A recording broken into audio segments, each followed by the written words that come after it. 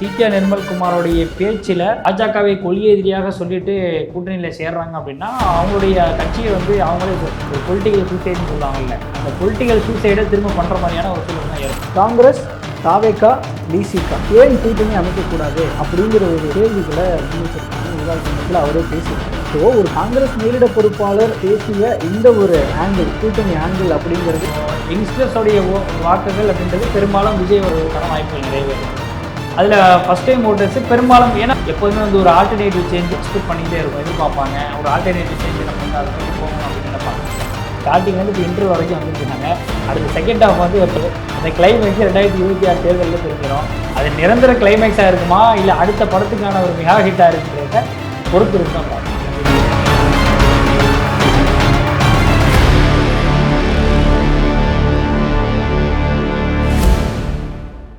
வேலை வேண்டுமா? Blue ocean இருக்கிறது. 10th 12th டிப்ளமோ டிகிரி படித்தவர்களுக்கு உணவு, தங்குமிடம், இஎஸ்ஐ, PF இன்சூரன்ஸ் உள்ளிட்ட சலுகைகளுடன் அனுபவத்திற்கேற்ற நல்ல சம்பளம் 15,000 முதல் 30,000 வரை. பெண்களுக்கு முன்னுரிமை. 2,000க்கும் மேற்பட்ட வேலை வாய்ப்புகள் உள்ளன. இப்போதே தொடர்பு கொள்ளுங்கள். Blue ocean. இதில் என்னென்னா தாவேகா சம்மந்தப்பட்ட ஒரு விஷயம்.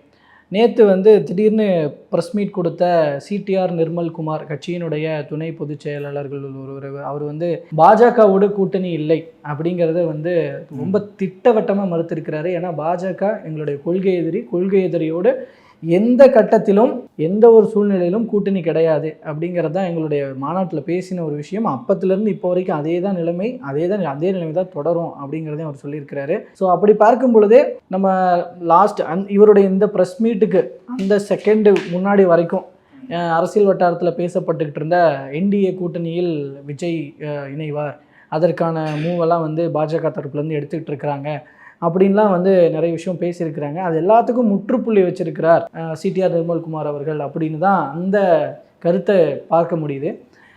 ஸோ இது வந்து ஸோ இப்போ அப்படி பார்க்கும் பொழுது என்டிஏ கூட்டணி பாஜகவோடு கூட்டணி இல்லை அப்படின்னா இப்போ அதிமுக கூடயும் கூட்டணி இருக்காது அப்படின்னு தான் இப்போ நினைக்க தோணுது. ஸோ அந்த சிடிஆர் நிர்மல்குமார் அவருடைய பேச்சில் நீங்கள் தான் வியூ பார்க்குறீங்களா? சிடிஆர் நிர்மல்குமாரோடைய பேச்சில் பாஜகவுடன் கூட்டணி இல்லை அப்படின்ற விஷயத்தை நான் ஏற்கனவே நம்ம பேசியிருக்கும் பொழுது நானே சொல்லியிருந்தேன். ஏன்னா பாஜகவை கொள்கை எதிரியாக சொல்லிட்டு கூட்டணியில் சேர்றாங்க அப்படின்னா அவங்களுடைய கட்சியை வந்து அவங்களே ஒரு பொலிட்டிக்கல் சூசைடுன்னு சொல்லுவாங்கல்ல, அந்த பொலிட்டிக்கல் சூசைடை திரும்ப பண்ணுற மாதிரியான ஒரு சூழல் தான் ஏற்படும். அப்போது அந்த பொலிட்டிக்கல் சூசைடை அவர் பண்ணுறாரு அப்படின்ற ஒரு விஷயத்த இந்த பாஜக கூட்டணிக்கு போகிறாங்க அப்படின்னா அது மாதிரியான ஒரு நிலையை வந்து அவங்க எடுப்பாங்க. விஜய் அவர்களை நோக்கி, தாவேகாவை நோக்கி இளைஞர்களுடைய கூட்டம் அப்படின்றது ரொம்ப அபரிமிதமாக அதிகமாக போயிட்டு இருக்கு அப்படின்ற ஒரு பயத்தினுடைய வெளிப்பாடு தான் அன்புமணி ராமதாஸ் பேசினதாக இருக்கட்டும், அதுக்கு முன்பாக திருமாவளவன் அவர்கள் பேசினதாக இருக்கட்டும், எல்லாமே வந்து விஜய் பக்கம் அட்டாக் பண்ணக்கூடிய விஷயங்கள் எல்லாமே அந்த சமூகத்தை சேர்ந்த, குறிப்பாக அந்த கட்சியில் அதிகமாக இருக்கக்கூடிய அந்த சமூகத்தை சேர்ந்த இளைஞர்கள் எல்லாருமே வந்து இன்னைக்கு விஜயை வந்து சூஸ் பண்ண ஆரம்பிச்சிட்டாங்க, தாவேகா பக்கம் போக ஆரம்பிச்சிட்டாங்க அப்படின்ற ஒரு செய்தி மிகப்பெரிய அளவில் ஒரு அச்சத்தையும் ஒரு பதற்றத்தையும் அவங்களுக்கு ஏற்படுத்தியிருக்கு. அப்புறம் அந்த அடிப்படையில் எப்போதுமே வந்து நீங்கள் நல்லா கவனிச்சிங்க அப்படின்னா திமுக வந்து எப்போதுமே ஒரு நரேட்டிவ் செட் பண்ணுவாங்க.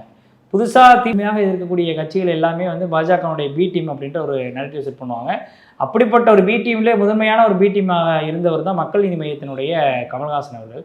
அப்போது டீமாக இருந்தவங்க இப்போ திமுகனுடைய அக்மார் ஏ டீமாக மாறிட்டாங்க. அப்போ பிஜேபியோட பி டீம்னு கடுமையான விமர்சனங்கள் வச்சவங்க இன்றைக்கி அவங்க கூட்டு சேர்த்துட்டு ராஜ்யசபா எம்பி சீட்லாம் கொடுக்க போகிறதாகலாம் செய்திகள் இருக்குது. அப்போது இந்த மாதிரியான முரண்பாடுகள் இருக்குல்ல, இதுவே திமுகவில் அவங்களுடைய நிலைப்பாட்டில் எந்த அளவுக்கு அவங்க இருக்கிறாங்க அப்படின்றத ஒரு வெளிப்பாடாக இருக்கும். இன்னொன்று இந்த நரேட்டிவ் செட் பண்ணுற விஷயத்தில் எப்போதுமே திமுக வந்து கடுமையாக எதிர்க்கிறாங்க அப்படின்னா RSS உடைய கைக்கூலி, பாஜகவுடைய கைக்கூலி, எப்படி நாம் தமிழர் கட்சி தொடர்ந்து சொல்லிட்டு வர்றாங்களோ அதனுடைய ஒரு வெளிப்பாடாக தான் விஜய் அவர்களையும் வந்து ஒரு பக்கம் இழுத்து சொல்கிறாங்க. இப்போது விஜயை வந்து தெளிவாக ஒரு விஷயத்த மாநாட்டில் அறிவிக்கிறாரு, அரசியல் எதிரி எங்களுக்கு திமுக, கொள்கை எதிரி பாஜக அப்படின்னு. அப்போ 2 பேரிடம் நிச்சயமாக கூட்டணி வைக்க மாட்டாங்க, நிச்சயமாக 2 கூட்டணி இருக்கிற கட்சியிலையும் அவங்க இருக்க மாட்டாங்கன்றதையும், அந்த கூட்டணியும் இருக்க மாட்டாங்க அப்படின்றது நமக்கு வெளிப்படையாக தெரிஞ்ச விஷயம். அப்போ இந்த நரேட்டிவ் திருப்பி சொன்னோம் அப்படின்னா மக்கள் மத்தியில் நம்ம பக்கம் மக்களுடைய ஆதரவு திரும்பும் அப்படின்றத விஜய் அவர்களை எதிர்க்கக்கூடிய கட்சியில எல்லாம் ஃபீல் பண்ணுறாங்க அப்படின்னு தான் நான் புரிஞ்சுக்கிறேன். இப்போ இதில் வந்து சிடிஆர் நிர்மல்குமார் இந்த விஷயத்தை திருப்பி சொல்லும் பொழுது பாஜகவுடன் கூட்டணி இல்லை அப்படின்னு சொல்கிறாரு. ஆனால் அதிமுகவுடன் கூட்டணி இல்லை அப்படின்றத அவர் டிக்ளேர் பண்ணல. ஏன்னா அதிமுக கூட்டணியில் தான் பிஜேபி இருக்கிறாங்க. நாளைக்கு என்ன வேணா நடக்கலாம். அதுலேயே ஒரு கொஸ்டின் கேட்டாங்க கவனிச்சிங்களா, நீங்கள் அதிமுக விமர்சிக்கவே இல்லையா அப்படின்னு. ஏங்க அதிகாரத்தில் இருக்கிறவங்கள தான் விமர்சிக்க முடியும், சும்மா விமர்சிக்கணும் அப்படிங்கிறதுக்காக போய் வாண்டடாக விமர்சிச்சுட்டு இருக்க முடியுமா அப்படின்னு கேட்குறாரு. ஸோ அதிமுகவை அவர்களும் தவறுகள் செய்தால் நாங்கள் சொல்லுவோன்ற மாதிரி பாயிண்ட்டுக்கு வரல. இல்லை அதை ஏன் சொல்லணும், அதை ஏன் சொல்லணும். இப்போ நாளைக்கே 2026க்கு பிறகு அதிமுக கூட்டணி ஆட்சி ஒருவேளை வெற்றி பெற்று எடப்பாடி பழனிசாமி அவர்கள் முதல்வர் ஆயிட்டார் அப்படின்னா அந்த இடத்துல நீங்கள் விமர்சனம் வைக்கல அப்படின்னா நீங்கள் கேட்குறது லாஜிக்காக இருக்கும். ஒரு கட்சி அவங்க எதிர்கட்சியாக இருக்கிறாங்க, அவங்களும் டைரெக்டாக டிஎம்கேக்கு எதிராக ஃபைட் பண்ணிட்டு இருக்கிறாங்க.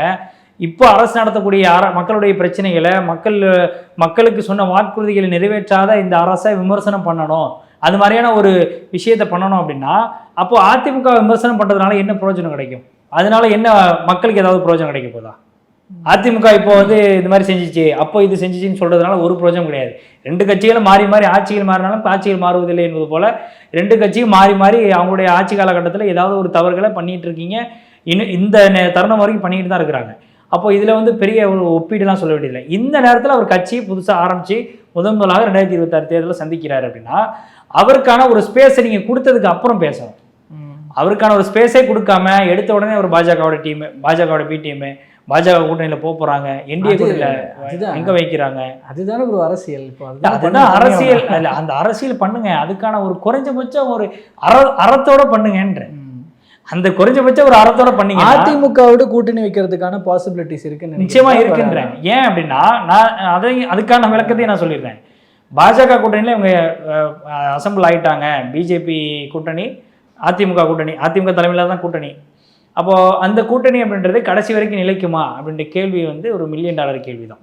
கடைசி நேரத்தில் எங்களுடைய டேர்ம்ஸ் அண்ட் கண்டிஷன் செட் ஆகலை, நீங்கள் சொல்லக்கூடிய விஷயங்கள் எங்களுக்கு வந்து அதை பொருத்தமாக இல்லை, எங்களுடைய கட்சியினுடைய நிலைப்பாட்டு அது சரியாக வரல, கூட்டணி தொடர்பாக உங்களுடைய நிலைப்பாடு எங்களுக்கு முரணாக இருக்குது அப்படின்னு சொல்லிட்டு கடைசி நேரத்தில் கட்சி கூட்டணியை விட்டு வெளியில் வந்தாலும் ஆச்சரியப்படுறதுக்கு இல்லை. ஆனால் அதுக்கான முக்கியமான நகர்வுன்றது அந்த ராஜ்யசபா உறுப்பினர்களுக்கான அந்த தேர்வு அதெல்லாம் முடிச்சதுக்கு அப்புறம் நான் இதெல்லாம் தென்படலாம் அப்படின்னு எதிர்பார்க்கலாம். ஆமாம், அதுக்கான ஒரு பிளானை தான் எடப்பாடி பழனிசாமி அவர்கள் ராஜ்யசபா கணக்கு போட்டு தான் அவர் உள்ளே போயிருக்கிறாருன்ற செய்திகள் தான் பெரும்பாலும் வருது. அதற்கான ஒரு வியூகங்களை தான் சொல்கிறாங்க.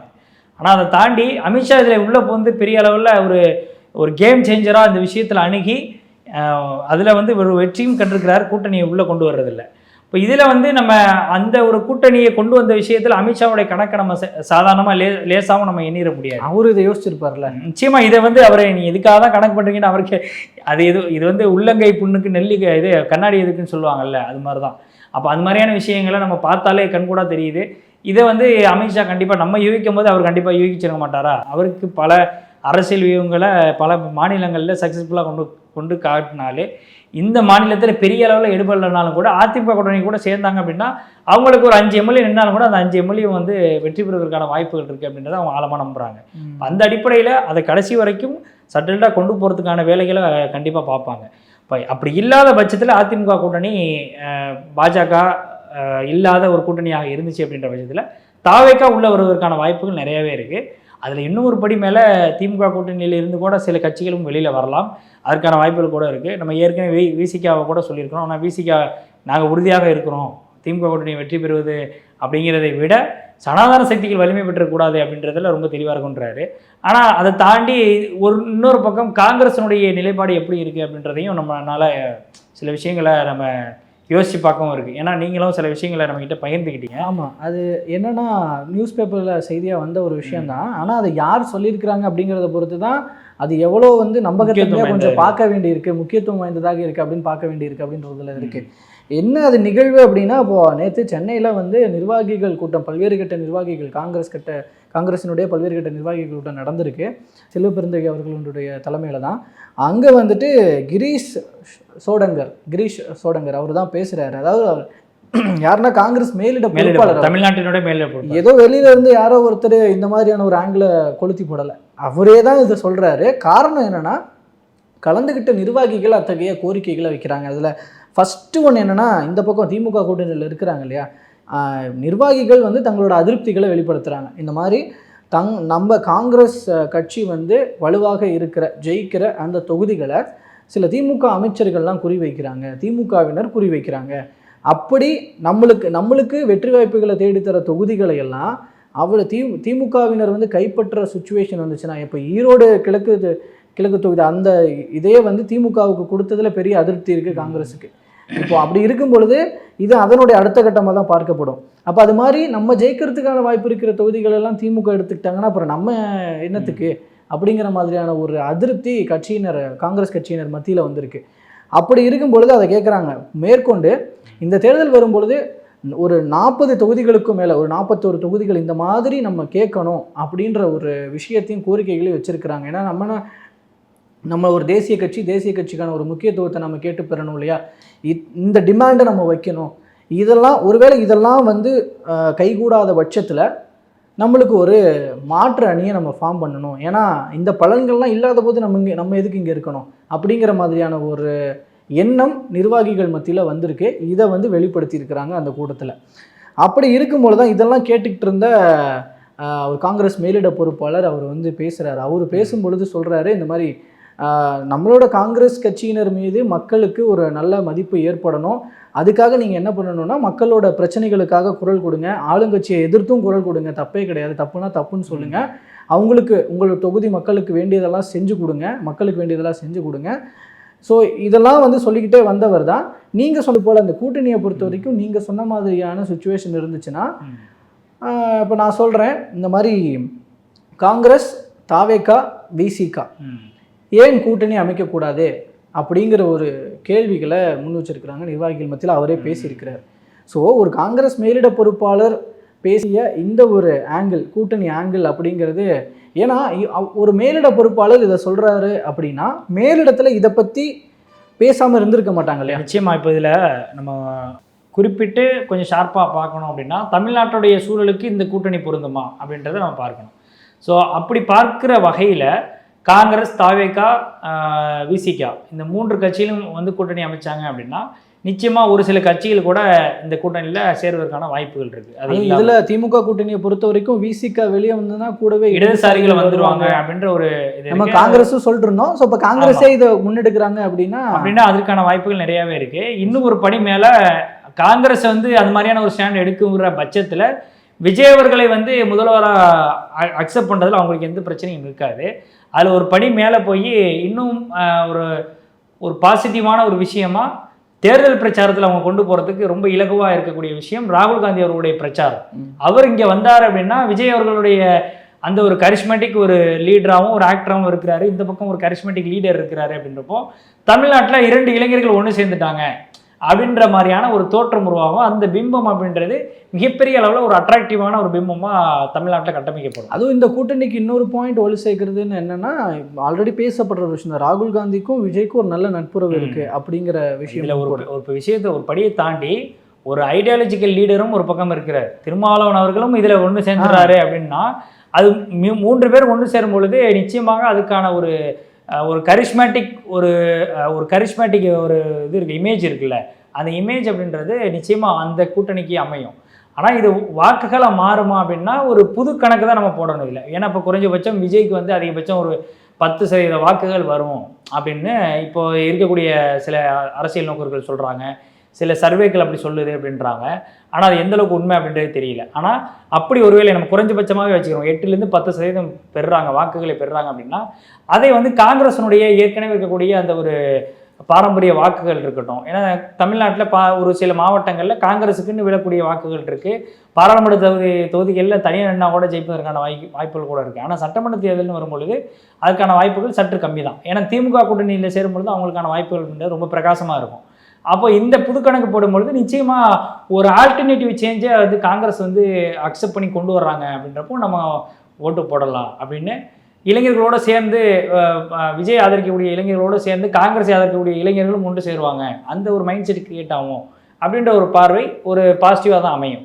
அப்போது அவர் அந்த நோக்கத்தில் தான் அந்த மேலிட பொறுப்பாளர் வந்து அதை பேசியிருக்கிறாரு அப்படின்னு நான் புரிஞ்சுக்கிறேன். ஏன்னா அதில் இன்னொரு விஷயம் பாருங்கள், விசிகா, காங்கிரஸ், தாவேகா 3 ஒன்று சேரும் பொழுது இப்போ தாவேகாவுக்கு கிடைக்கிற வாக்குகள் மற்ற கட்சிகளிலிருந்து சிதறப்போகிற வாக்குகள் அப்படின்னா அதுதான் கணக்கு.